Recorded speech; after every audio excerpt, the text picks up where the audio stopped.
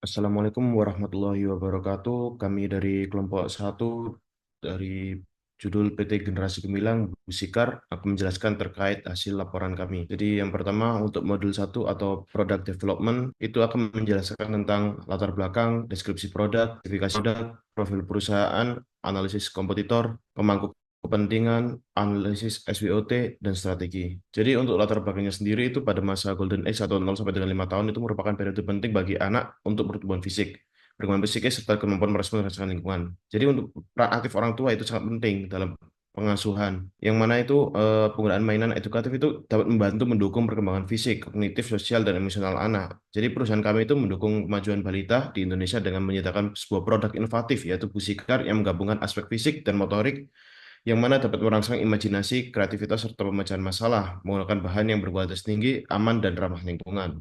Selanjutnya untuk deskripsi produk sendiri, penjelasannya itu Busika itu adalah mainan yang menggabungkan dua konsep untuk mengatasi kebosanan sang anak saat sedang bermain sendiri atau two in one.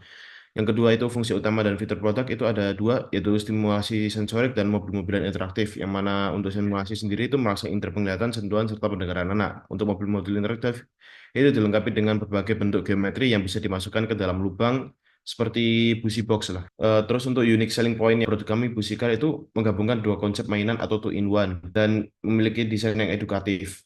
Untuk value proporsinya sendiri, Busikar adalah investasi cerdas untuk masa depan anak. Dengan Busikar, belajar itu menjadi lebih menyenangkan dan anak-anak itu dapat mengembangkan potensi mereka secara optimal. Jadi selanjutnya untuk prosedur penggunaan produknya sendiri itu ya sama seperti digunakan seperti main mobil-mobilan seperti pada umumnya lah.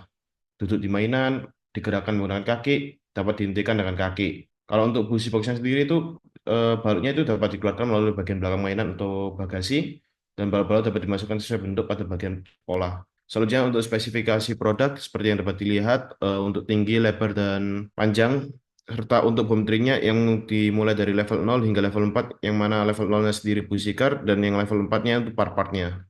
Jadi untuk profil perusahaannya sendiri, untuk visi dan misi perusahaan itu yang visinya sendiri itu menjadi pionir dan mengembangkan mainan inovatif dan edukatif yang mendorong perkembangan anak melalui kombinasi permainan aksi fisik dan aktivitas sensorik yang menyenangkan.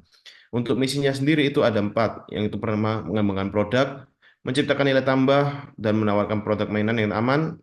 Yang terakhir itu memperluas pemasaran produk hingga pasar global. Jadi untuk logo perusahaannya seperti yang dapat dilihat seperti ini, ada kombinasi merah, hitam, dan sedikit abu-abu. Next. Untuk analisis kompetitornya sendiri, produk kami itu membandingkan dengan tiga kompetitor lain. Ada equal, inferior, dan superior, yang mana equal itu merupakan produk dari SHP 709 Mimo SHP. Yang untuk inferior kita pakai Love Toys AK54. Yang superior kita menggunakan produk PMB K618. Jadi berdasarkan analisis kompetitornya itu didapatkan bobot pada masing-masing faktor yang bakal dinilai. Setelah ditentukan untuk bobotnya masing-masing, maka dicari nilai bobot ranking per produknya. Seperti yang dapat dilihat, untuk ranking atribut untuk menempati posisi pertama itu adalah posisi ketahanan. Dan untuk ranking produk, Busikar menempati posisi pertama. Dilanjut dengan Tolokar SHP 709 Mimo. Jadi untuk analisis pemangku kepentingannya sendiri, perusahaan kami itu menggunakan stakeholder, yaitu internal dan eksternal. Jadi untuk analisis SWOT-nya sendiri, yang pertama itu kita mengidentifikasi faktor SWOT. Ada empat faktor SWOT, itu ada strength, weakness, opportunity, dan threat. Untuk selanjutnya, setelah menentukan strength dan weakness-nya, maka dilanjut dengan mencari pembobotannya. Setelah dilakukan identifikasi faktor SWOT, untuk internal pembobotan di faktor evaluation, itu seperti yang dapat dilihat pada gambar kedua. Sekarang dari tabel kedua, itu didapat hasil output dari pembobotan AHP seperti pada gambar ketiga, itu dijabarkan lagi untuk per partnya. Didapatkan seperti pada gambar keempat, yang ada weight kriteria. Setelah ditentukan weight kriteria, maka melakukan pengskoran. Untuk Busikar masih menempati posisi pertama. Selanjutnya untuk bagian external factor evaluation, seperti tadi untuk opportunity dan trade. Untuk setelah ditentukan opportunity dan trade-nya dilakukan pembobotan. Setelah dilakukan pembobotan, maka menemukan weight kriteria dan melakukan skor option atau alternatifnya. Selanjutnya untuk S matrix, X itu ditemukan berdasarkan dari gambar-gambar yang tadi, ditemukan untuk yang matriks X itu koordinatnya di 2,039 dan sedangkan untuk matriks Y di 0,475. Seperti pada gambar di kanan, untuk matriks X dan Y itu menunjukkan bahwa perusahaan memiliki kekuatan finansial dan keunggulan kompetitif yang baik, dan ini menunjukkan bahwa perusahaan juga memiliki kekuatan industri yang cukup baik di lingkungan yang stabil. Selanjutnya ada analisis Toast Matrix, yang mana di sini ada tulisan SO strategis, ST strategis, yang mana SO itu Strange Opportunity dan ST itu Strange Trade. Seperti yang dapat dilihat untuk strange-nya seperti yang berikut. Selanjutnya saya akan membahas modul 2. Modul 2 ini berisi Voice of Customer, Quality Functional Deployment, Supply and Demand Analysis, Market Share Planning, dan Market and Strategic Plan. Voice of Customer merupakan proses yang digunakan oleh perusahaan untuk secara sistematis mengumpulkan dan menganalisis umpan balik pelanggan. Tujuan dari kuesioner ini untuk memahami kebutuhan, preferensi, harapan, serta mendapatkan masukan dari pelanggan terkait produk kami. Dan berikut ini merupakan beberapa hasil dari kuesioner yang telah kami sebarkan. Berikut merupakan tabel dari hasil rekapitulasi data kuesioner VOC. Dan berikut merupakan tabel dari hasil tingkat kepentingan masing-masing atribut. Quality Functional Deployment. Metode QFD membantu desainer untuk mengubah VOC menjadi karakteristik rekayasa. Planning Metric Benchmark Competitor. Metrik ini memberikan panduan yang jelas untuk meningkatkan produk berdasarkan performa pesaing. Dan di bawah ini merupakan tabel dari Planning Metric Benchmark Competitor. Selanjutnya ada Technical Response and Metric. Technical Response and Metrics. Technical Response and Metric adalah pendekatan strategis yang digunakan oleh perusahaan untuk meningkatkan kualitas daya saing produk yang telah diproduksi. Dan di bawah ini merupakan tabel dari Technical Response and Metrics. Berikut merupakan metrik Concept Generation. Idea Generation. Idea Generation dalam konteks ini adalah proses kreatif yang melibatkan identifikasi, pemahaman, dan pengembangan solusi. Dan berikut merupakan tabel dari Idea Generation. Host of Quality merupakan alat utama dalam QFD yang digunakan untuk menerjemahkan kebutuhan dan keinginan para customer ke dalam spesifikasi produk yang diproduksi. Dalam membuat HOQ, difokuskan pada kebutuhan konsumen sehingga proses desain dan pengembangannya lebih sesuai dengan apa yang diinginkan oleh konsumen. Matriks interaksi. Matriks ini digunakan untuk menggambarkan hubungan antar berbagai kebutuhan yang dibutuhkan dalam sebuah produk. Dan berikut merupakan tabel dari selanjutnya ada HOQ Correlation Between Functional Requirement. Pada bagian ini ditunjukkan bahwa hubungan antara berbagai persyaratan fungsional telah diidentifikasi. Berikut merupakan tabel dari SOQ Correlation Between Functional Requirements. Selanjutnya ada SOQ Competitive Analysis. Membandingkan kinerja atribut yang direncanakan suatu produk dengan atribut serupa pada produk pesaing lain. Dan berikut merupakan tabel dari SOQ Competitive Analysis. Selanjutnya ada SOQ Target. Pada bagian ini meratapkan tujuan terkait target performa untuk setiap persyaratan fungsional. Dan berikut merupakan tabel dari SOQ Target. Supply Analysis merupakan sebuah analisis yang dilakukan untuk mengetahui tingkat ketersediaan pasokan bahan baku, sedangkan Demand Analysis merupakan analisis yang dilakukan untuk mengukur tingkat permintaan pelanggan terhadap produk yang serupa dalam kasus mobil mainan. Make or buy decision untuk menentukan apakah suatu produk atau komponen sebagian diproduksi sendiri maupun eksternal. Keputusan make or buy didasarkan pada pertimbangan supplier luar, bahan material, mesin, durasi produksi, jumlah komponen yang dibutuhkan, dan lain sebagainya. Dan berikut merupakan tabel dari make or buy decision product. Selanjutnya ada supply analysis. Berikut merupakan tabel dari supplier analysis. Selanjutnya merupakan forecast demand berdasarkan asumsi di atas dari tahun 2014 sampai dengan 2033. Market share planning merupakan strategi pemasaran yang mencakup sasaran pasar yang luas menjadi kumpulan dari beberapa bagian kecil di antara konsumen. Demand forecasting merupakan proses memprediksi beberapa besar produk diminta pada produk tertentu di masa mendatang. Dan berikut merupakan tabel demand forecasting dari demand forecasting pada kompetitor 1, 2, dan 3 pada 10 tahun ke depan. Market share estimation merupakan proses untuk mengukur pasar yang dikuasai oleh suatu perusahaan dibandingkan dengan pasar yang tersedia untuk produk. Dan berikut merupakan tabel dari market share estimation itu sendiri. Selanjutnya adalah production target, di mana jumlah produk yang direncanakan untuk diproduksi oleh perusahaan dalam jangka waktu tertentu. Dan berikut ini merupakan tabel dari production target. Market and strategic plan. Yang pertama, market segmentation. Segmentasi pasar adalah membagi pasar menjadi kelompok-kelompok pembeli yang lebih kecil. Perusahaan kami, yakni PT Generasi Gemilang, menyebarkan kuesioner kepada pasar untuk mengetahui pendapat mereka mengenai produk. Dalam kuesioner tersebut terdapat beberapa pertanyaan dengan skala Likert untuk mengetahui ekspektasi yang mereka harapkan terhadap produk kami, yakni desain, material, grafis, ketahanan, packaging, fitur, dan harga dalam pengembangan produk. Selanjutnya ada market targeting, yang mana suatu strategi untuk menilai dan memilih satu atau lebih segmen pasar yang akan dimasukinya. Market targeting dilakukan dengan menilai dan mengevaluasi pangsa pasar yang sudah ada untuk mengetahui kebutuhan konsumen. Selanjutnya ada market positioning. Untuk mengetahui posisi produk kami yang ABC Card, berikut merupakan tabel dari market segmentation. Selanjutnya ini merupakan tabel dari market targeting dan berikut merupakan tabel dari market positioning serta grafik dari perusahaan kami dan PT Pangeran Maju Bahagia. Selanjutnya ada strategi 4P atau sering disebut dengan marketing mix 4P, meliputi produk, price, place, dan promotion. Dan berikut ini merupakan tabel dari strategic 4P itu sendiri. Marketing plan merupakan strategi pemasaran sebuah produk yang dirincikan dalam jangka waktu tertentu atau umumnya dirincikan dalam waktu 1 tahun. Berikut merupakan tabel dari marketing plan and cost pada tahun 2024 dan berikut merupakan tabel dari marketing plan and cost pada tahun 2025 hingga tahun 2033. Oke, selanjutnya saya akan bahas mengenai modul 3. Dalam modul 3 terdiri dari manufaktur proses analisis, ada proses production performance matrix, ada proses target, ada number of station, ada material handling selection, ada cost calculation, dan penelusuran pabrik. Manufaktur proses analisis adalah analisis kinerja proses produksi terdiri dari urutan kegiatan untuk membuat produk akhir dari bahan mentah. Terdapat juga komponen breakdown. Komponen breakdown adalah proses mengidentifikasi dan merinci semua bagian, subpaketan, dan komponen individu yang membentuk produk akhir. Berikut merupakan komponen breakdown dari fisika. Adapun raw material alternatif itu bahan baku atau raw material merupakan barang yang diperlukan dalam proses produksi. Bahan alternatif yang lebih murah, mudah diakses, dapat mengurangi ketergantungan pada satu jenis bahan. Berikut merupakan spesifikasi dan alternatif material yang digunakan pada setiap part di Bisikar. Production method yaitu proses macam-macam teknik dan proses yang digunakan dalam industri manufaktur untuk mengubah bahan mentah menjadi barang jadi atau produk siap pakai.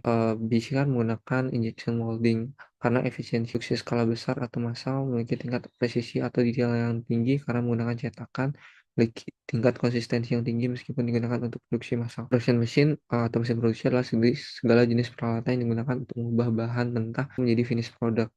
Berikut merupakan mesinnya, yaitu injection molding plastik dan juga injection molding silikon. Untuk parallel series proses, yaitu proses produksi dilakukan secara paralel atau series, maka diperlukan untuk mengetahui tahapan proses produksi terlebih, yaitu mengetahui operasinya. Operasi merupakan segala sesuatu diagram menggambarkan langkah-langkah proses yang akan dialami bahan baku mengenai urutan operasi.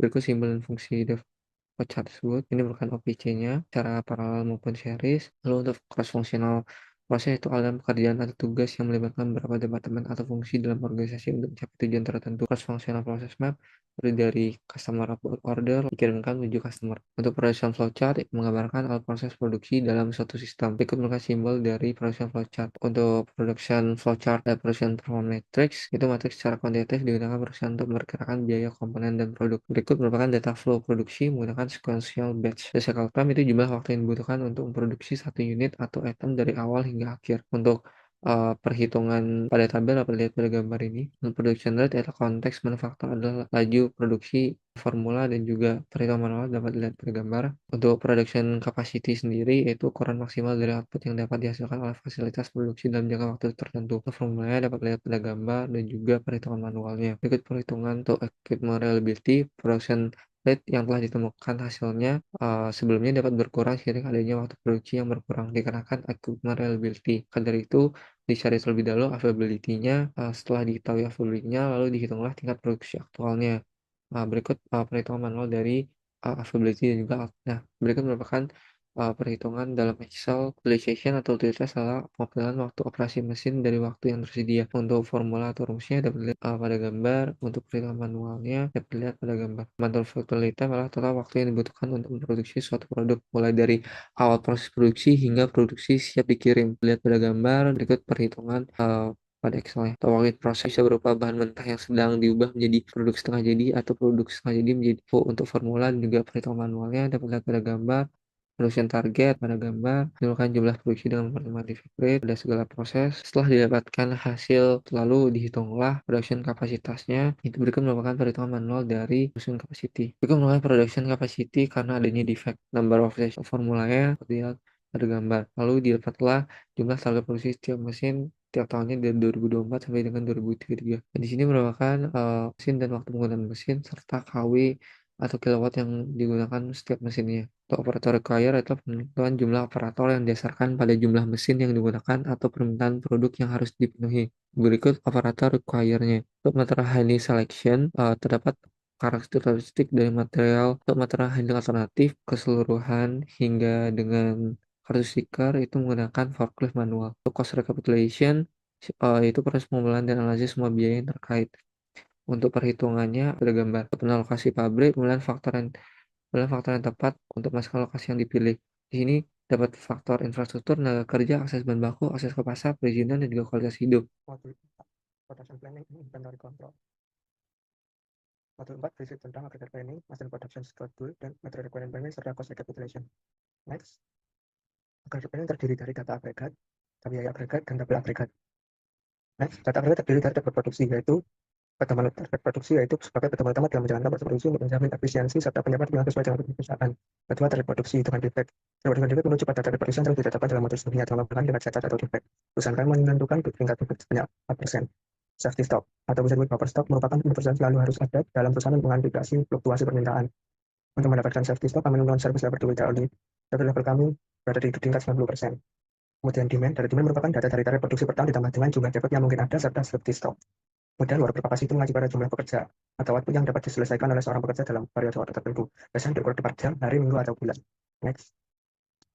Berikut merupakan tabel data agregat. Yang pertama adalah data target produksi, kemudian data target produksi dengan defect, yang terakhir adalah data safety stock. Dan berikut merupakan data demand dengan safety stock, serta worker capacity. Next. Berikut merupakan biaya agregat, yaitu terdiri dari hiring cost, biaya yang dikeluarkan untuk mereka bekerja. Biaya yang terkait dalam hiring cost adalah biaya internal dan biaya eksternal. Yang dikeluarkan oleh perusahaan untuk hiring cost adalah sebesar Rp3.505.194. Kemudian hiring cost itu biaya yang dikeluarkan ketika akan memulai bekerja. Yang dikeluarkan adalah Rp2.514.000. Yang ketiga adalah manufacturing cost, yaitu biaya yang dikeluarkan untuk produksi sebuah produk. Yang keempat adalah inventory cost, yaitu biaya yang dikeluarkan untuk menyimpan sebuah produk. Yang kelima adalah shortage cost, yaitu biaya yang dikerjakan ketika tidak dapat memenuhi permintaan konsumen. Yang dikerjakan adalah sebesar Rp20.372,2. Next. Yang keenam adalah payroll cost, yaitu biaya yang dibayarkan kepada pekerja setelah bekerja selama 1 bulan. Biasanya gaji didaftarkan pada UMR wilayah Cirebon, yaitu sebesar Rp2.553.000. Yang kedua adalah overtime cost, yaitu biaya yang dikeluarkan ketika bekerja lebih dari jam lembur. Biaya yang dikeluarkan untuk pekerja yang lembur adalah sebesar Rp27.755.000 per jam lembur. Next. Berikut merupakan tabel data agregat untuk data manufacturing cost serta inventory cost. Next. Tabel agregat adalah alat digunakan untuk mengorganisir dan merencanakan kebutuhan produksi, tenaga kerja, dan biaya dalam jangka waktu tertentu. Ada 3 strategi yang akan digunakan untuk menentukan biaya terendah saat akan melakukan produksi, yaitu level strategi, yaitu metode menggunakan jumlah tingkat produksi yang konstan, kelebihan produksi akan disimpan untuk mencegah hasil produksi yang tidak mencukupi bagi yang lain. Kemudian ada strategi, yaitu metode menggunakan jumlah tingkat produksi sama dengan forecast demand yang ada. Yang ketiga adalah strategi, yaitu strategi yang melibatkan perubahan kapasitas produksi yang melakukan level strategi dan strategi. Next, berikut adalah tabel agregat untuk level strategi di tahun 2024. Kemudian ini merupakan strategi di tahun 2024. Dan ini merupakan strategi tahun 2024. Didapatkan biaya yang paling murah dari ketiga strategi tersebut adalah strategi, sehingga untuk 10 tahun yang akan kami akan menggunakan strategi double agregat. Next, kemudian ada master production schedule, merupakan rencana waktu yang disusun secara ini dan spesifik. Data yang dibutuhkan untuk melakukan MPS adalah nama forecast, peramalan kebutuhan pelanggan, dan wadah produksi, sistem manajemen dan safety stock. Yang kedua ada customer order, jumlah order sesungguhnya diterima oleh perusahaan dari customer yang akan memesan produk yang dikembangkan. Kedua lot size, dari jumlah produksi dalam sekali pemesanan, bergantung pada kapasitas pekerja dan jumlah pekerja. Yang keempat dengan time frame, yaitu mengabaikan data forecast dan mengutamakan customer order quantities. Perusahaan kami mengambil time frame selama 5 minggu berapa pada tahun. Berikut tabel MPS di tahun 2024 serta MPS di tahun 2025. Kemudian MRP, yaitu Material Requirement Planning, yaitu sebuah sistem perencanaan produksi yang terintegrasi. Sistem yang digunakan untuk menghitung kebutuhan bahan baku secara akurat sehingga perusahaan dapat melakukan persediaan dan mengembangkan biaya produksi. Yang digunakan untuk Material Requirement Planning adalah MPS, berbasis produksi untuk menentukan kualitas dan waktu produksi yang berakhir, dan bill of material serta inventory report file. Berikut merupakan tabel MPS-nya yang akan digunakan. Kemudian berikut bukti dari produk kami, yaitu pusikat, dan kemudian ada raw material detail dari produk kami. Kemudian tabel MRP. Ya, kami mengambil satu contoh dari produk kami, yaitu HDPE.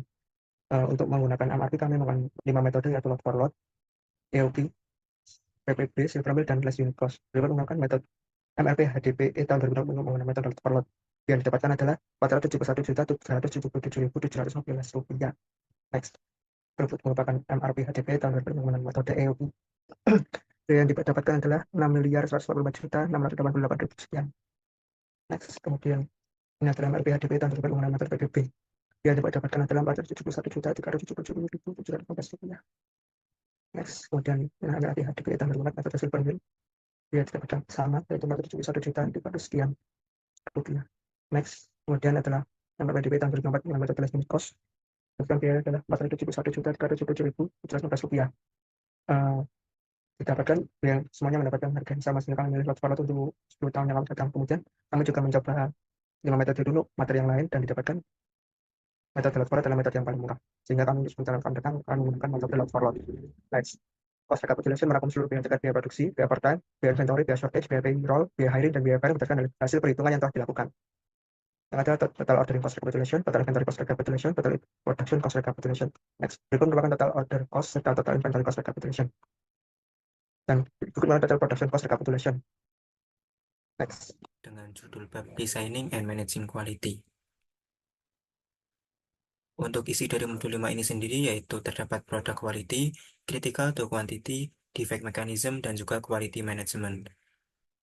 Untuk subbab yang pertama adalah product quality. Product quality sendiri dapat digunakan sebagai nilai tambah untuk meningkatkan kepuasan pelanggan terhadap suatu produk. Indikator dalam product quality itu yang pertama ada keawetan, kedua keandalan, ketiga kesesuaian produk, dan juga keempat adalah kemudahan perbaikan. Kemudian untuk quality dimension terdapat 8 dimensi produk yang diperkenalkan oleh Garvin, yaitu performance, fitur, reliability, conformance, durability, serviceability, aesthetic, and perceived quality. Kemudian berikut adalah tabel quality dimension dari produk kami yaitu Busikar. Disebutkan quality dimension, quality characteristic, type of characteristic, type of standard, value of quality characteristic, unit of quality characteristic, and measuring tool. Selanjutnya untuk subbab yang kedua adalah critical to quantity. Atribut atau karakteristik yang sangat penting dalam menentukan kualitas produk atau proses berdasarkan kebutuhan atau keinginan dari para pelanggan. CTQ ini berperan dalam memastikan bahwa suatu produk memenuhi standar kualitas yang telah ditentukan. Atribut CTQ pada produk kami adalah desain, bahan baku, keawetan, kemasan, fitur, dan juga harga. Kemudian selanjutnya adalah penentuan KPOV dan KPIV. Untuk KPOV sendiri adalah produk harus tahan terhadap benturan dan tidak mudah pecah atau rusak saat digunakan oleh anak-anak. Kemudian untuk KPIV sendiri, proses pembuatan seperti injection molding harus dikendalikan untuk menghasilkan mainan yang kuat dan tidak retak saat terjatuh atau tertindih. Berikut adalah critical atau quantity tree kami. CTQ tree ini adalah alat yang membantu mengidentifikasi atau menguraikan serta memetakan faktor-faktor penting yang harus dipenuhi oleh produk atau layanan agar memenuhi kualitas yang diinginkan oleh pelanggan. Disebutkan bahwa dalam tabel ini ada CTQ sendiri, KPOV, serta KPIV-nya. Untuk sebab selanjutnya adalah defect mechanism, yaitu proses atau alasan dibalik terjadinya cacat dalam suatu sistem atau dalam produk. Defect tolerance and description, yaitu adalah kemampuan suatu produk atau sebuah sistem untuk tetap berfungsi dengan baik meskipun terdapat cacat dalam produk tersebut. Itu adalah arti dari defect tolerance. Dan maksud dari defect description adalah proses mendokumentasikan jenis dan tingkat cacat yang terjadi, serta memberikan pemahaman yang jelas tentang masalah yang dihadapi. Untuk problem identification, analisis dan identifikasi alasan kegagalan suatu produk berdasarkan faktor material, method, mesin, dan juga environment. Untuk fishbone sendiri, fishbone diagram adalah diagram yang digunakan untuk mengidentifikasi data yang telah dikumpulkan untuk mengetahui faktor penyebab terjadinya permasalahan. Fishbone diagram ini berdasarkan 4M dan plus 1E tadi. Kemudian untuk sebab selanjutnya adalah quality management, adalah manajemen mutu mencakup semua aspek kegiatan organisasi. Untuk quality objektif, yaitu perusahaan memastikan bahwa setiap produk yang akan dihasilkan telah mematuhi standar keselamatan internasional atau ISO 8124, yaitu untuk melindungi kesehatan anak-anak saat bermain. Kemudian untuk quality policy yang kami gunakan adalah kebijakan mutu yang disusun oleh manajemen perusahaan untuk mengendalikan kualitas produk.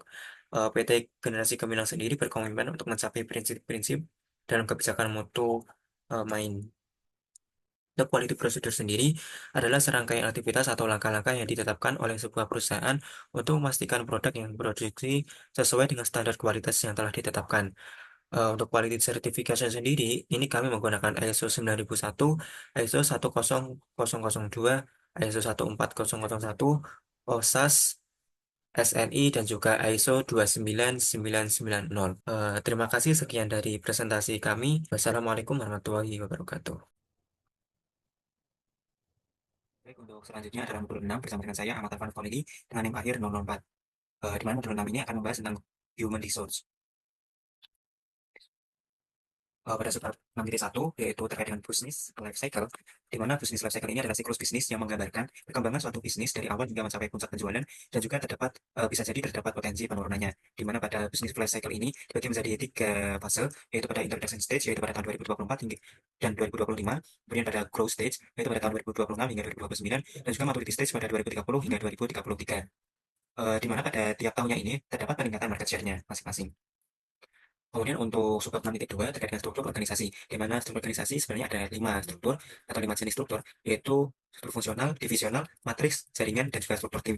Di mana untuk perusahaan ini kami menggunakan struktur fungsional karena struktur ini mengelompokkan karyawan berdasarkan fungsi yang spesifik seperti pemasaran, keuangan, dan juga lain-lain, serta memudahkan karyawan untuk melakukan pengembangan keahlian dan dalam melakukan tugasnya masing-masing. Kelebihan dari struktur fungsional ini yaitu yang pertama adalah spesialisasi yang tinggi karena setiap bagian memiliki keahlian yang spesifik, kemudian meningkatkan efisiensi karena tugas-tugas serupa akan dikelompokkan bersama, kemudian kelebihan yang ketiga adalah memungkinkan pengembangan keahlian dalam masing-masing fungsinya. Struktur organisasi digambarkan pada layar berikut. Gambar yang disajikan merupakan struktur organisasi pada growth stage, di mana pada growth stage ini terdapat perbedaan pada introduction stage, di mana pada growth stage ini ditambahkan departemen dan juga pegawai yang digambarkan pada kotak titik-titik merah ini, di mana pada growth stage ditambahkan safety healthy staff dan juga departemen R&D, di mana departemen ini meliputi research and development manager dan juga R&D staff. Kemudian pada maturity stage, untuk struktur organisasi pada maturity stage dinilai sama dengan growth stage sehingga tidak ada penambahan maupun pengurangan posisi pekerjaan. Kemudian pada subbab 6.3 terkait dengan job analysis, yaitu studi mendalam tentang tugas, tanggung jawab, keterampilan, dan lingkungan kerja dari suatu posisi tertentu. Proses ini melibatkan pengumpulan informasi yang komprehensif untuk memahami kebutuhan dalam pekerjaan tersebut, termasuk pada kualifikasi fisik dan juga emosional yang diperlukan. Berikut merupakan adalah gambaran dari penulisan dari job analysis, di mana disajikan job description, tahun pengesahan, job title, hingga pada job specification. Untuk job analysis ini disajikan pada tiap fase juga, yaitu pada introduction, growth, dan juga maturity stage. Untuk job analysis pada introduction stage itu meliputi seluruh pekerjaan yang sama digambarkan pada struktur organisasi pada introduction stage. Kemudian untuk job analysis di fase growth stage itu terdapat penambahan pada safety and healthy staff, research and development manager, dan juga R&D staff. Nah, untuk job analysis maturity stage ini digambarkan sama dengan job analysis pada growth stage, sehingga pada fase maturity stage ini menunjukkan bahwa perusahaan telah mencapai tingkat stabilitas operasional. Kemudian untuk subbab manpower planning itu ditentukan jumlah direct, indirect, dan manajemen labor pada setiap tahun selama 10 tahun masing-masing fase business life cycle-nya. Di mana pada tabel yang disajikan yaitu manpower planning pada tahun 2020, 2024, dan 2025 atau introduction stage, dan juga untuk setiap tahunnya terdapat penambahan serta pengurangan dan juga pemindahan posisi pekerjaan. Hingga pada tahun 2033 terdapat penambahan production operator kontrak jumlah 1 orang, dan juga penambahan production operator on call dikurangi 1 orang karena telah dipindahkan ke status kontrak. Kemudian untuk subbab performance measurement, penilaian suatu pekerjaan terhadap tujuan dan juga sasaran yang ditentukan, di mana analis performance measurement ini menggunakan balance scorecard, yaitu terkait dengan visi dan misi perusahaan, dan juga disertakan untuk departemen yang bertanggung jawab. Kemudian disajikan pula KPI untuk setiap posisi di setiap fase bisnis, di mana KPI ini ditentukan untuk tiap posisi pekerjaan. Kemudian untuk 6.6 atau subbab worker compensation, itu sebuah bentuk asuransi yang dirancang untuk memberikan perlindungan finansial kepada pekerja yang mengalami cedera atau penyakit akibat pekerjaan mereka, di mana tabel berikut adalah gaji pokok dari para pegawai di perusahaan kami. Gaji pokok ini mengacu pada UMR di Kota Cirebon, di mana perusahaan kami didirikan. Kemudian untuk kenaikan gaji per tahun, yaitu menggunakan rata-rata persentase kenaikan, di mana rata-rata persentase kenaikan ini didapatkan dari peningkatan pada 10 tahun terakhir dibagikan dengan 10 tahun tersebut. Kemudian untuk bonus pekerja, yaitu bonus tahunan dirumuskan dengan rumus PK dikalikan dengan LJ, dikali dengan D, dikali dengan G, dan juga dikalikan dengan S. Di mana disajikan pula salah satu contohnya yaitu bonus tahunan, yaitu pada hasil akhirnya sejumlah Rp142.560.000. Di mana untuk penjelasan pada bonus tahunan ini yaitu PK terkait dengan poin masa kerja, kemudian untuk LJ adalah level jabatan, D adalah departemen, G adalah gaji, dan juga S adalah sanksi surat peringatan. Berikut adalah tunjangan kerja yang diberikan oleh para pegawai, itu meliputi JHT, JKK, JKM, JP, JKN, dan juga THR pada tiap job position.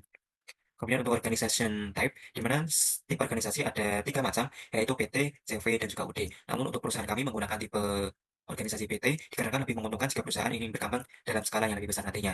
Kemudian untuk legal aspek yang dibutuhkan dalam pendirian PT ini, itu berdasarkan pada pasal 109 angka 2 UU Cipta Kerja yang mengubah pasal 7 Undang-Undang PT.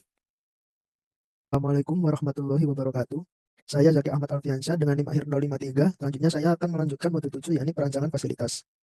Yang pertama terdapat analisis lokasi pembangunan pabrik. Lokasi yang akan didirikan pabrik yakni berada pada Kabupaten Cirebon, di mana Kabupaten Cirebon ini letaknya sangat strategis karena terdapat akses bahan baku yang mudah dijangkau, distribusi efisien ke pasar-pasar besar, dan konektivitas ekspor melalui pelabuhan. Untuk selanjutnya kami menetapkan 3 alternatif kecamatan untuk diletak di. Selanjutnya terdapat tiga alternatif kecamatan yang akan digunakan untuk pembangunan pabrik. Yang pertama terdapat Kecamatan Astan Japura, di mana Kecamatan Astana Japura ini unggul dalam infrastruktur, akses bahan baku, konektivitas ke Pelabuhan Cirebon, tenaga kerja yang rampil, dan proses perizinan cepat meskipun fasilitas umumnya masih kalah dibanding Plumbon. Yang kedua terdapat Kecamatan Plumbon. Kecamatan ini unggul sebagai lokasi pembangunan pabrik mainan tolkar berkat infrastruktur yang lengkap, akses logistik strategis, tenaga kerja yang rampil, proses perizinan yang mudah, dan fasilitas umum yang mendukung kesejahteraan pekerja. Yang ketiga terdapat Kecamatan Ciwaringin. Kecamatan ini memiliki potensi pengembangan pabrik dengan akses infrastruktur yang memadai dan biaya hidup yang rendah, tetapi kurangnya strategis dalam politik, akses pasar, dan proses perizinan dibandingkan dengan Kecamatan Plumbon dan Astana Japura. Dari ketiga kecamatan alternatif tersebut, selanjutnya diberi penilaian alternatif lokasi tersebut. Untuk menentukan lokasi mana yang paling tepat untuk mendirikan pabrik, digunakan 6 faktor penentu untuk memberikan bobot penilaian. Yang pertama terdapat faktor penentu infrastruktur, di mana nilai bobotnya yakni 20%, tenaga kerja 17%, akses bahan baku 20%, akses ke pasar 20%, perizinan 13%, dan kualitas hidup 10%. Dan berikut merupakan nilai-nilai dari pembobotan. Setelah itu dihitung nilai mana yang lebih tinggi dari ketiga alternatif lokasi tersebut, di mana lokasi Kecamatan Plumbon merupakan lokasi yang dipilih karena memiliki nilai yang lebih tinggi yakni 8,64. Selanjutnya ada analisis desain fasilitas. Penentuan desain fasilitas secara keseluruhan melibatkan analisis kebutuhan ruang untuk menentukan luas lahan yang diperlukan di setiap departemen, sehingga masing-masing dapat berfungsi dengan optimal dan mendukung kelancaran aktivitas perusahaan. Proses ini juga mencakup identifikasi jenis ruangan yang dibutuhkan, disesuaikan dengan sekretariat di perusahaan. Berikut merupakan kebutuhan ruang dari perusahaan kami. Yang pertama ada ruang besar lantai produksi, di mana memiliki fungsi memproduksi part bahan HDPE, silikon, dan assembling dan pengemasan. Di mana lantai produksi yang memiliki fungsi produksi bahan HDPE memiliki stasiun produksi HDPE yang dibutuhkan pada fase 1 yakni fase prakonstruksi, fase 2 yakni fase operasional, dan fase 3 yakni fase development. Ruang stasiun, di mana lantai produksi memiliki ruang stasiun produksi HDPE, stasiun produksi silikon, dan stasiun assembly dan pengemasan, di mana ketika stasiun ini sudah diperlukan pada fase pertama yakni fase prakonstruksi, dan untuk fase selanjutnya tetap konstan yakni 1. Selanjutnya ada office, di mana terdapat kantor eksklusif dan audit, ruang kantor utama dan manajerial, marketing, ruang finance dan HR, serta ruang logistik dan pengadaan, di mana untuk ruang direksi utama dan ruang sekretaris itu sudah ada pada fase 1 yakni fase prakonstruksi, sedangkan ruang audit itu ada pada saat fase kedua yakni fase networking pada fase operasional. Untuk ruang general, ruang marketing, ruang finance dan HR manager, dan ruang supply chain manager juga sama, yang terdapat pada fase pertama yakni prakonstruksi, sedangkan untuk ruang audit internal, ruang marketing staff, ruang administrasi, HR staff, dan ruang logistik dan pengadaan itu dibutuhkan pada saat fase operasional berjalan. Selanjutnya terdapat kantor produksi, di mana ruang production manager dibutuhkan pada fase pertama, sedangkan untuk ruangan staffnya pada fase kedua. Berikut juga kebutuhan yang dibutuhkan pada gudang penyimpanan, parkir, kantin, klinik, ruang pelatihan, sanitasi, loading deck, dan tempat ibadah, di mana masing-masing dibutuhkan sesuai fase yang ditunjukkan.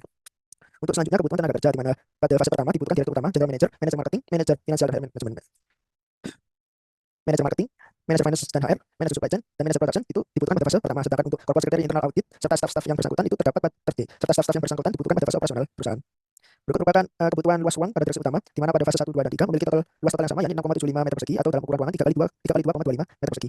Berikut merupakan kebutuhan luas ruang general manager pada fase 1, 2, dan 3, di mana total luasnya adalah 14 meter persegi dan ukuran ruangannya adalah 4 kali 3,5 meter persegi. Untuk ruang corporate pada fase 1, 2, dan 3 yakni memiliki luas total 14 meter persegi serta ukuran ruangan yakni 4 kali 3,5 meter persegi. Berikut merupakan luas ruangan internal audit, di mana luas total ruangan tersebut adalah 14 meter persegi sehingga ukuran ruangannya juga 4 kali 3,5 meter persegi. Dan berikut merupakan luas ruangan marketing yang dibutuhkan pada fase pertama yakni 5,5 meter persegi dan ukuran ruangannya 2,5 kali 5,5 meter persegi. Sedangkan untuk fase 2 dan 3 total luas ruangan yang dibutuhkan pada ruang marketing adalah 11,35 meter persegi, yang mana ukuran ruangannya adalah 3,25 kali 3,5 meter persegi. Berikut merupakan fase pertama, luas total pada ruang finance adalah 5,5 meter persegi dengan ukuran ruangan 2,75 kali 5,5, dan pada fase 2 dan ketiga memiliki luas total 34,25 meter persegi dengan ukuran ruang 5 kali 6,85 meter persegi.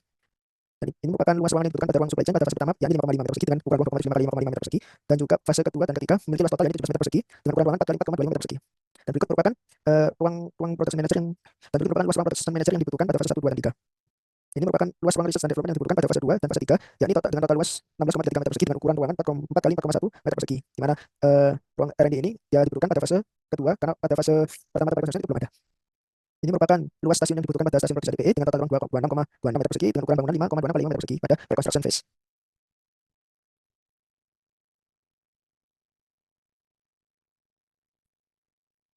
Dan berikut merupakan fase kedua dari luas stasiun yang dibutuhkan pada produksi HDPE. Dan ini adalah fase ketiga yang dibutuhkan luas stasiun produksi HDPE. Ini merupakan fase ke-1 dan fase kedua luas stasiun yang dibutuhkan pada produksi silikon, yakni seluas 17,02 meter persegi dengan ukuran bangunan 3,41 kali 5 meter persegi. Dan juga ini luas yang dibutuhkan yakni sama dengan fase sebelumnya, yakni seluas 17,02 meter persegi dengan ukuran bangunan 3,41 kali 5 meter persegi.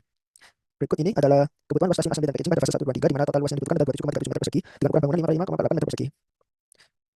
Dan ini gudang penyimpanan, di mana luas ruang yang dibutuhkan adalah dengan seluas 300,35 meter persegi dengan ukuran bangunan 21 kali 14,3 meter persegi pada fase 1, 2, dan 3. Untuk loading dock sendiri, luas ruang yang dibutuhkan seluas 161,93 meter persegi dengan ukuran bangunan 10 kali 16,2 meter persegi. Untuk parkiran sendiri, ada parkiran mobil dan motor, di mana total luas parkiran tersebut adalah 278,75 meter persegi dengan ukuran ruangan 10 kali 27,9 meter persegi. Untuk ruang pelatihan ini dibutuhkan total luas 37,2 meter persegi dengan ukuran ruangan 5 kali 7,5 meter persegi. Untuk klinik sendiri memiliki luas total 12,09 meter persegi dengan ukuran 3 kali 4,1 meter persegi. Untuk kantin dibutuhkan luas ruang seluas 31,69 meter persegi dengan ukuran ruang 5 kali 6,4 meter persegi. Untuk kamar mandi sendiri terdapat satu komplek kloset dan ember di dalamnya, di mana luas yang dibutuhkan adalah 3,405 meter persegi ditambah total airnya adalah 2 sehingga luas totalnya adalah 5,405 meter persegi. Untuk tempat selanjutnya ini luas ruang tempat ibadah pada fase 3 dibutuhkan luas ruang seluas 15,08 meter persegi dengan ukuran ruangan 4 kali 3,7 meter persegi. Untuk selanjutnya dapat detail layout plan.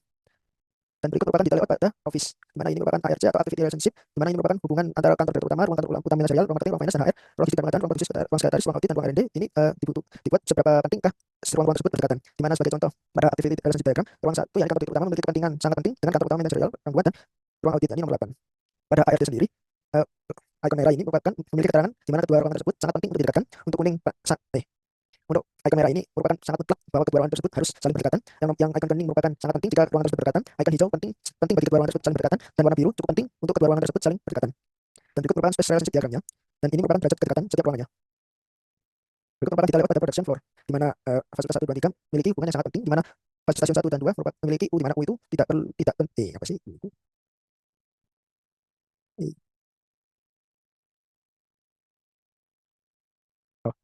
Untuk stasiun 1 dan 2 ini tidak, untuk stasiun 1 dan 2 ini menambahkan U, di mana kedua stasiun ini tidak penting, yang mana jika kedua stasiun ini tidak berdekatan itu tidak menimbulkan efek apa-apa. Dan berikut merupakan space relationship diagram pada stasiun HDPE, silikon, dan assembly dan pengemasan. Selanjutnya desain result. Berikut ini merupakan desain layout dari 2D dan desain layout dari 3D pada perusahaan ini. Untuk selanjutnya rekapitulasi biaya. Ini berikut merupakan rekapitulasi biaya pada periode 2022 dan sampai 2024, di mana di mana golongan A memiliki keterangan tanah, golongan B merupakan bangunan, golongan C merupakan interior, golongan D mesin, dan golongan E alat. Di mana pada rekapitulasi biaya periode 2022 hingga 2024 ini merupakan fase pre-construction, di mana tanah itu dibutuhkan sejumlah 3.000 meter persegi, di mana harga per meter persegi memiliki harga 1 juta rupiah, hingga total dari tanah yang dibutuhkan pada masa pre-construction adalah 3 miliar rupiah. Sedangkan untuk izin pendiriannya memiliki harga 5.500.000 rupiah, sehingga total biaya pada golongan A itu sebesar 3 miliar 5.500.000 rupiah. Untuk golongan B, yakni pada keterangan bangunan, itu merupakan aset-aset yang dibutuhkan, di mana total pada golongan B memiliki di mana total biaya golongan B sebesar 740.372.215 rupiah. Untuk golongan C sendiri ada interior yang dibutuhkan pada fase pre-construction ini, di mana pada total biaya golongan C ini sebesar 24 juta. Untuk total biaya golongan D itu merupakan harga mesin, di mana untuk mesin cetak HDPE itu seharga 63 juta, dan untuk mesin cetak silikon seharga 63 juta, dan dibutuhkan 10 konveyor, 10 meter persegi konveyor dengan harga satuan 372.000, dengan total harga seluruh konveyor 3.720.000, dengan total biaya golongan D sebesar 129.720.000 rupiah. Untuk golongan E, yakni untuk alat-alat yang dibutuhkan seperti cetakan, keranjang kecil, palet kayu yang besar, dengan total harga 52.790.000 rupiah, dengan grand total keseluruhan dari golongan A sampai golongan E pada periode 2022 hingga 2024 sebesar 3.952.382.315 rupiah. Dan berikut merupakan rekapitulasi biaya pada tahun 2024 hingga 2029, di mana hanya dibutuhkan pada pembelian meja kursi dalam hari, yakni pada golongan C yang interior, dengan total harga sebesar 1.980.000 rupiah. Selanjutnya terdapat rekapitulasi biaya dari 2030 hingga 2033, di mana tidak adanya penambahan apapun, sehingga total biaya pada periode ini adalah 0 rupiah. Selanjutnya modul 8 akan dilanjutkan oleh teman saya.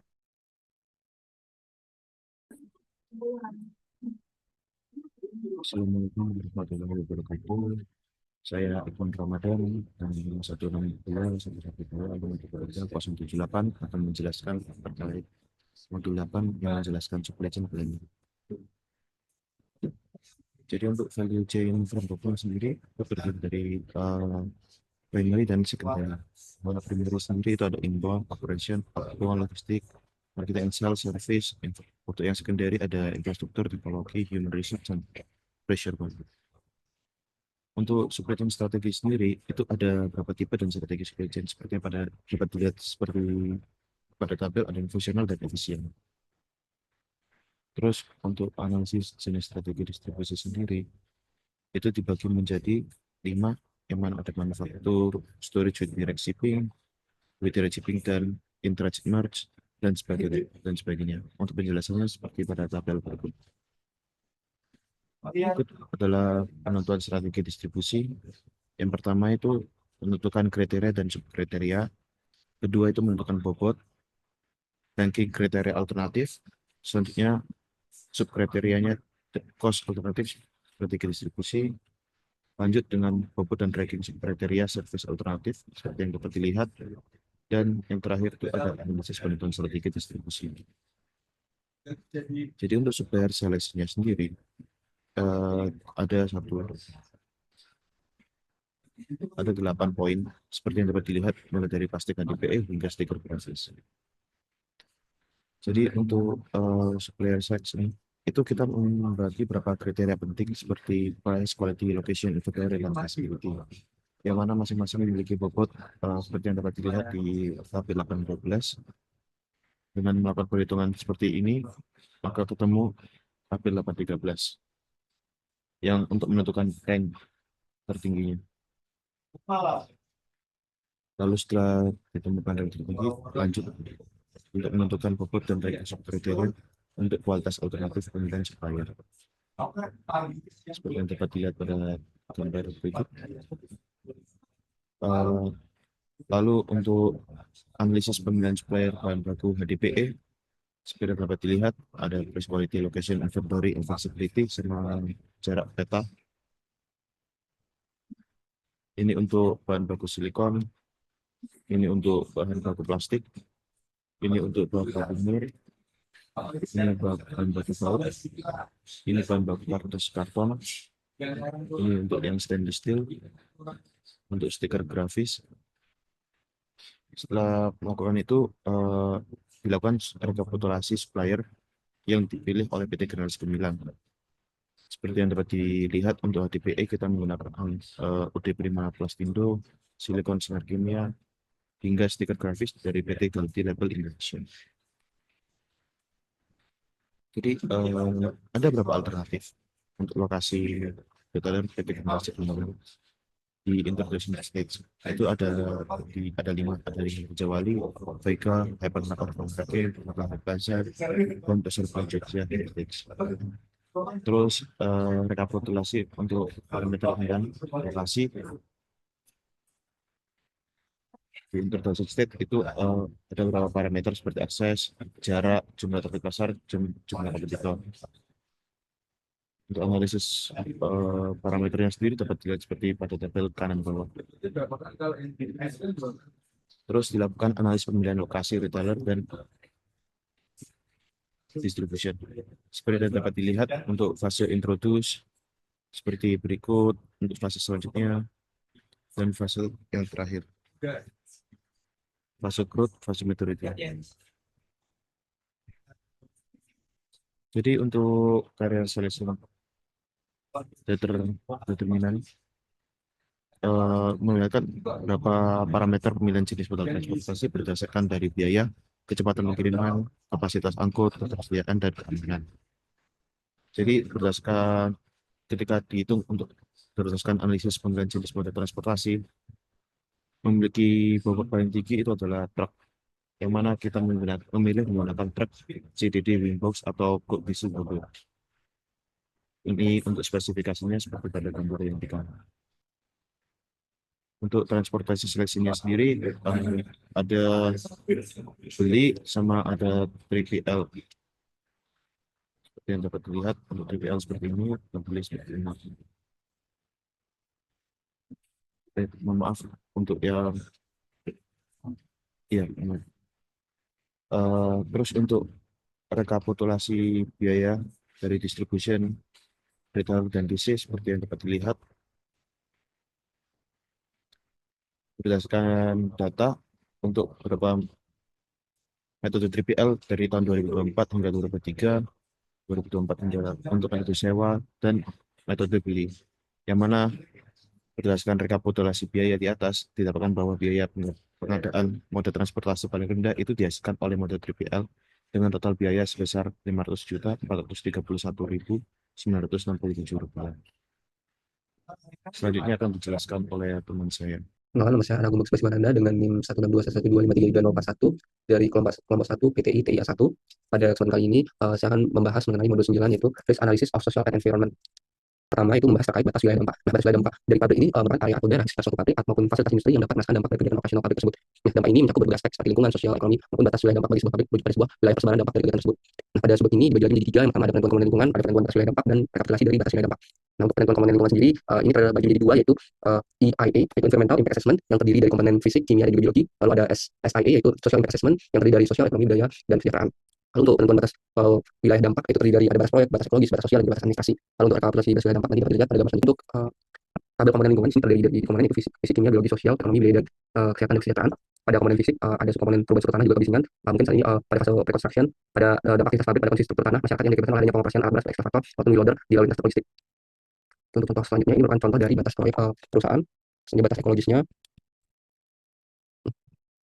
Juga ini selanjutnya itu batas administratif perusahaan. Nah, batas administratif ini mencakup aspek regulasi dan administrasi yang berkaitan dengan proyek. Ini mencakup wilayah di mana perizinan, regulasi, dan tanggung jawab administratif proyek berlaku.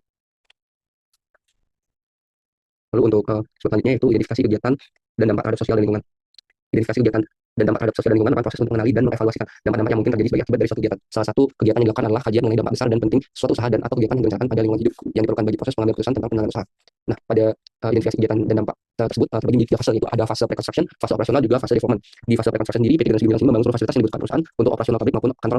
Lalu fase operasional, PT Generasi Gemilang mulai mengoperasikan pabrik dan kantor untuk memproduksi biji tar dan administrasi kantor. Pada fase development, PT Generasi Gemilang akan ekspansi usahanya sehingga akan terjadi penambahan produksi yang signifikan. Pada fase rekonstruksi sendiri, di sini terdiri dari 4 aspek, yaitu ada biologi, sosial, dan ekonomi dan juga kesehatan. Salah satu contohnya misalnya pada aspek sosial itu pada aspek ekonomi itu tidak dapat positif aktivitasnya rekrutmen pekerja-pekerja baru yang di wilayah tersebut.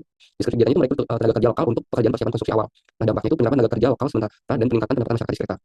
Untuk area 1 itu ada desa Kebarepan, desa Pesanggerahan, desa Kedung Sana, desa Karangasem, desa Plumbon, desa Jamblang, desa Warung Harjo. Untuk yang 2 ada desa Purbalinggun, desa Kesugihan. Nah, ini merupakan matriks dari dampak sosial pada fase pre-construction yang sebelumnya dapat dilihat pada tabel, dan ini adalah dampaknya dari tidak berdampak hingga dampaknya paling tinggi. Untuk dampak paling tinggi dia dapat berwarna merah dan tidak berdampak itu berwarna putih. Lalu pada fase operasional ini saat pabrik maupun kantor itu mulai memproduksi biji tar dan administrator mulai berjalan. Nah, untuk lebih rincinya di sini terdapat juga 4 aspek. Salah satu contoh positifnya yaitu pada aspek sosial, yaitu aktivitasnya menyediakan produk mainan untuk anak-anak atau toddler. Deskripsi kegiatan produksi mainan yang dapat dimanfaatkan oleh masyarakat. Dampaknya penyediaan produk mainan berkualitas dan aman yang dapat dinikmati masyarakat, khususnya para balita. Meningkatkan minat pendidikan dan kreativitas anak melalui mainan edukatif. Untuk yang 1 dan juga yang 2-nya seperti pada sebelumnya di fase pre-construction. Lalu untuk matriks dampak sosialnya pada fase operasional dapat terlihat pada gambar itu dari tidak berapa hingga dampak paling tinggi. Lalu selanjutnya pada fase development, di sini juga terdapat 4 aspek, yaitu biologi, sosial, ekonomi, dan kesehatan. Misal contohnya pada dampak sosial yang positif itu pengembangan produk baru, itu pengembangan inovasi produk mainan yang lebih variatif. Dampaknya menambah variasi produk yang diminati oleh masyarakat, meningkatkan daya tarik pasar lokal maupun global. Untuk selanjutnya ini merupakan gambar dari matriks dampak sosial pada fase development. Lalu pada selanjutnya itu matriks penilaian dampak terhadap lingkungan.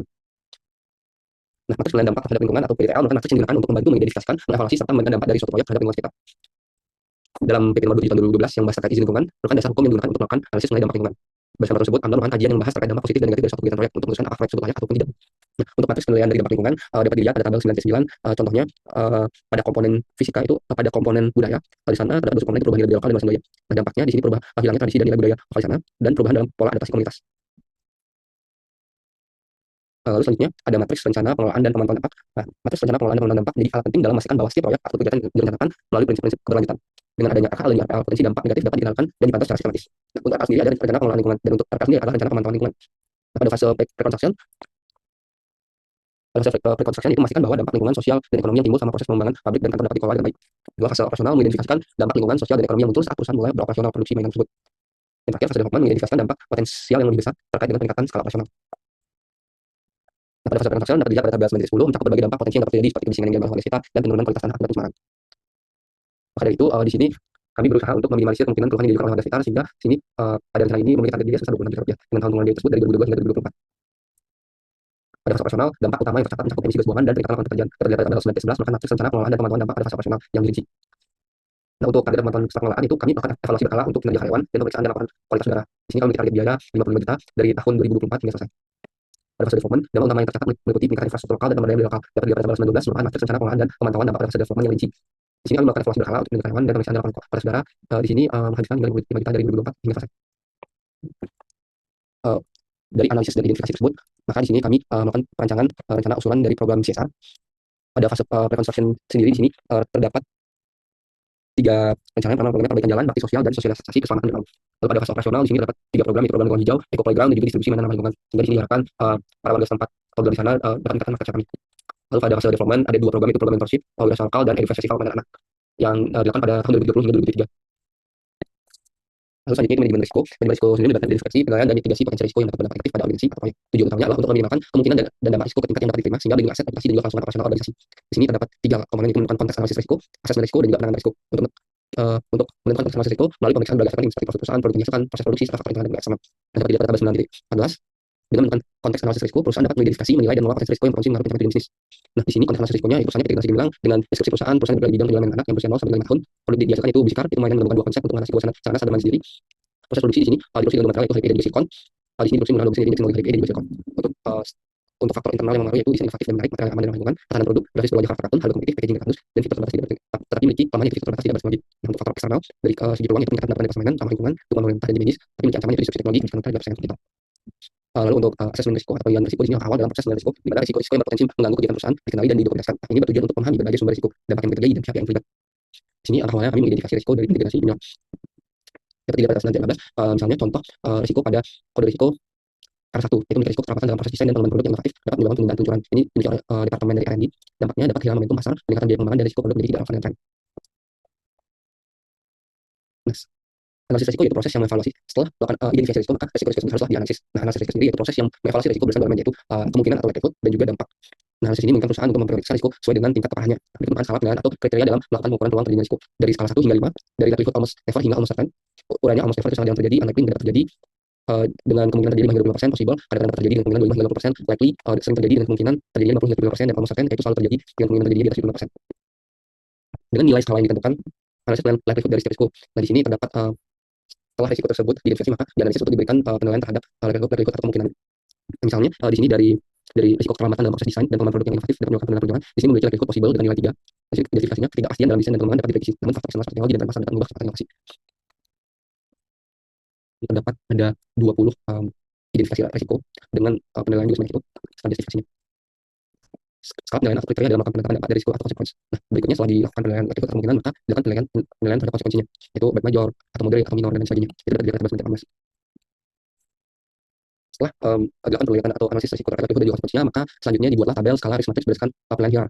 Dapat dilihat rumus dari risk matrix tersebut adalah likelihood dikali severity. Dengan keterangan 20 hingga 25 itu risiko tinggi dan tidak akan mendesak diperlukan oleh manajemen. 10 sampai 16 itu risiko besar, bukan perhatian dari manajemen. 5 sampai 9 risiko sedang yang dapat diatasi dengan kontrol manajemen khusus. Dan 1 sampai 4 risiko kecil dapat dikelola dengan prosedur rutin. Dapat dilihat pada gambar 9 tabel 9.21 itu hasil penilaian skor dari setiap risiko. Ada yang misalnya seperti risiko tadi, keterlambatan dalam proses desain dan pengembangan produk yang inovatif dapat menyebabkan penundaan peluncuran, itu memiliki skor 12, sehingga masuk dalam kategori risiko besar itu membutuhkan perhatian dari manajemen. Nah, setelah dilakukan risk score-nya, maka nilai risiko tersebut lalu dipetakan dalam risk mapping dengan likelihood diarahkan vertikal dari real hingga almost certain dan konsekuensi diarahkan horizontal dari insignificant sampai catastrophic. Nah, di sini peringkat dibilang memiliki konsentrasi risk dari 12 hingga 20. Nah, setelah dilakukan analisis risiko dan diberikan penilaian risiko tersebut, maka selanjutnya dilakukan rencana penanganan risiko dari ketiga simulan. Dan seperti yang tadi, risikonya keterlambatan dalam proses desain dan pengembangan produk inovatif dapat menyebabkan penundaan peluncuran. Nah, hal tersebut memang tidak optimal, dapat dikurangi dengan mengoptimalkan manajemen proyek, menetapkan timeline yang ketat, dan tinjauan proses dari pengembangan secara berkala. Ataupun jika tidak bisa dilakukan secara internal, maka desain tersebut bisa ditransfer ke subkontrak sebagai sebagian untuk proses desainnya. Di sini untuk mencegahnya itu prioritaskan proyek yang penting agar tidak tertunda. Untuk rekapitulasi biaya dari risiko tersebut, yang pada bagian ini adalah rekapitulasi biaya risiko yang disebutkan pada bagian sebelumnya untuk perusahaan PT Generasi Gemilang selama 10 tahun ke depan dari 2022 hingga 2033 memiliki total rencana biaya pengelolaan lingkungan, rencana biaya CSR, dan juga total manajemen, sehingga memiliki total beban kerja biaya sebesar 1,129 miliar rupiah. Sekian presentasi saya. Selanjutnya modul 10 dipersilakan teman saya. Perkenalkan, saya Nailul Hamam dengan NIM akhir 016. Baik, saya akan menjelaskan modul 10 tentang financial analysis. Yang pertama adalah sebagai satu basic assumption. Berikut merupakan horizon dari PT Generasi Gemilang untuk produk musikat. Dapat dilihat pertumbuhan paling besar pada growth state, kemudian pada maturity state terjadi mulai dari penurunan market share. Next, kemudian inflation rate. Berikut merupakan histori tingkat inflasi negara Indonesia selama 10 tahun terakhir. Kemudian tingkat inflasi tersebut rata-rata sehingga didapatkan inflasinya adalah 3,61%. Sehingga inflation rate yang akan kami gunakan sebesar 3,61%. Next, kemudian WACC. Yang pertama adalah cost of debt. Nilai ini dicari dari 3 perusahaan yang berbeda dengan produksi yang sama yaitu mainan. Pada kali ini kami menggunakan cost of debt milik Bandung Namco, Hasbro Inc, serta Mattel Inc. Kemudian rata-rata sehingga didapatkan cost of debt-nya adalah sebesar 59,69%. Kemudian slop returnnya juga menggunakan perusahaan yang sama, kemudian rata-rata dengan didapatkan slop of return sebesar minus 0,02%. Next. Kemudian mencari annualized rate of return, dapatkan nilai RMS 0,05%, kemudian nilai debt of interest-nya didapatkan 0,79%, kemudian equity interest-nya didapatkan 10,4%, kemudian dihitung WACC-nya didapatkan yang tadi, didapatkan nilai WACC-nya terus sebanyak 8,27%. Next. Kemudian materi dari dua elemen yaitu WACC serta minimum profit perusahaan. PT Generasi Gemilang menerapkan minimum profit perusahaan sebesar 50%, sehingga yang didapatkan adalah 8,2 dan 50%, sehingga hasilnya 58,27%. Next. Kemudian operational planning, itu merupakan direct material cost per unit dari Pusikar, didapatkan biaya per unitnya adalah Rp37.252. Kemudian berikut merupakan total direct material cost per tahun selama 10 tahun ke depan. Next. Berikut direct labor cost, ini adalah contoh untuk introduction stage. Next. Dan manufacturing overhead cost untuk 10 tahun ke depan. Biaya maintenance pada tahun 2009 karena ini adalah baru pemakaian sehingga tidak perlu biaya perawatan. Next. Berikut merupakan nilai cost of goods sold selama 10 tahun untuk produk Pusikar. Next. Berikut merupakan total COGS dan demand produk Pusikar selama 10 tahun. Next. Berikut merupakan nilai selling price untuk produk Pusikar selama 10 tahun. Biaya digunakan dari markup price, kemudian ditambahkan PPN 12%, kemudian kami berikan ke atas dalam 1 ribuan. Next. Berikut merupakan revenue projection produk Pusikar selama 10 tahun. Dapatkan brand totalnya adalah Rp34.629.529. Next. Berikut general and administration cost PT Generasi Gemilang selama 10 tahun. Jadi nyari labor, biaya logistik, biaya program CSR, biaya penanganan AMDAL, sehingga general dan administratif ada di sebelah kanan. Next. Dan kemudian investment planning. Tangible aset merupakan aset yang berbentuk seperti bangunan, pergatan tanah, kemudian serta pindator untuk kantor setelah produksi. Berikut merupakan tangible aset untuk PT Generasi Gemilang. Kemudian tangible aset merupakan hak aset yang tidak berupa fisik, seperti surat pendirian usaha, surat pendirian bangunan, hak intelektual, dan lain sebagainya. Itu merupakan intangible aset milik PT Generasi Gemilang. Next, kemudian depresiasi dan amortasi. Depresiasi merupakan jumlah penurunan nilai yang setelah digunakan selama beberapa tahun untuk aset yang berupa fisik dan juga aset maksudnya. Untuk mencari nilai depresiasi yang paling optimal dilakukan metode yang berbeda untuk menentukan depresiasi yang paling optimal. Dapatkan nilai DDP merupakan nilai yang memberikan depresiasi yang paling tinggi, sehingga kami untuk depresiasi dan tangible aset selanjutnya kami akan menggunakan metode DDP. Next, berikut merupakan depresiasi dari untuk tangible aset PT Generasi Gemilang selama 10 tahun. Kemudian amortasi seperti depresiasi, bedanya yang dihitung adalah intangible aset. Sama dengan depresiasi tadi, kami mencoba 3 metode yang berbeda untuk metode yang paling optimal. Dapatkan metode yang paling optimal adalah metode SOIT dengan nilai 100 juta, rupiah. Itu merupakan amortasi untuk tangible aset selama 10 tahun. Next, capital expenditure merupakan perusahaan strategi jangka panjang di mana perusahaan memutuskan apakah akan mengalokasikan dana untuk tertentu dalam bentuk aset atau proyek pada periode tertentu. Capital expenditure terdiri dari total tangible aset serta intangible aset. Itu merupakan capital expenditure PT Generasi Gemilang 10 tahun dapatkan sebesar 4.361.241.720 rupiah. Next, kemudian operational expenditure merupakan alokasi biaya yang dianggarkan oleh proses pengoperasian dan pemeliharaan maintenance aset perusahaan agar berjalan secara normal. Operational expenditure terdiri dari operation cost serta general administration cost. Next, kemudian financial source merupakan kapitalisasi financial source PT Generasi Gemilang untuk produk musikal. Diketahui total investment yang dibutuhkan adalah 4.614.000 rupiah. Kemudian financial report itu merupakan financial report rekapitulasi PT Generasi Gemilang untuk produk musikal selama 10 tahun. Ini adalah contoh dari laporan financial report PT Generasi Gemilang untuk 2024-2025. Kemudian feasibility analysis. Feasibility analysis bertujuan untuk mengetahui apakah bisnis tersebut layak dijalankan atau tidak.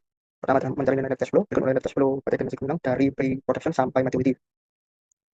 Kemudian setelah itu dicari net present value menggunakan rumus NPV. Untuk mencari internal rate return, seharusnya kami mencari NPV positif dan negatif, namun dalam untuk kasus kali ini kami menemukan nilai positif sehingga kami mencari yang kecil itu 1% dan persen. Next, kemudian dihitung didapatkan IRR-nya adalah 17%. Kemudian kita bandingkan dengan MAR, karena nilai IRR tidak daripada nilai MAR, dapat diputuskan bahwa perusahaan PT Gemilang tidak fisik menjalankan bisnis karena tingkat pengembalian di bawah standar minimum tingkat pengembalian perusahaan. Tingkat pengembalian minimum perusahaan. Next, payback period. Untuk payback period melihat kumulatif present value. Pada tabel tersebut didapatkan pada tahun 10 nilai kumulatif present value masih memiliki nilai negatif, maka dapat disimpulkan bahwa payback period perusahaan akan mencapai lebih dari 10 tahun. Kemudian sensitivity analysis untuk mengetahui mana terjadi perubahan pada harga, demand, dan sebagainya.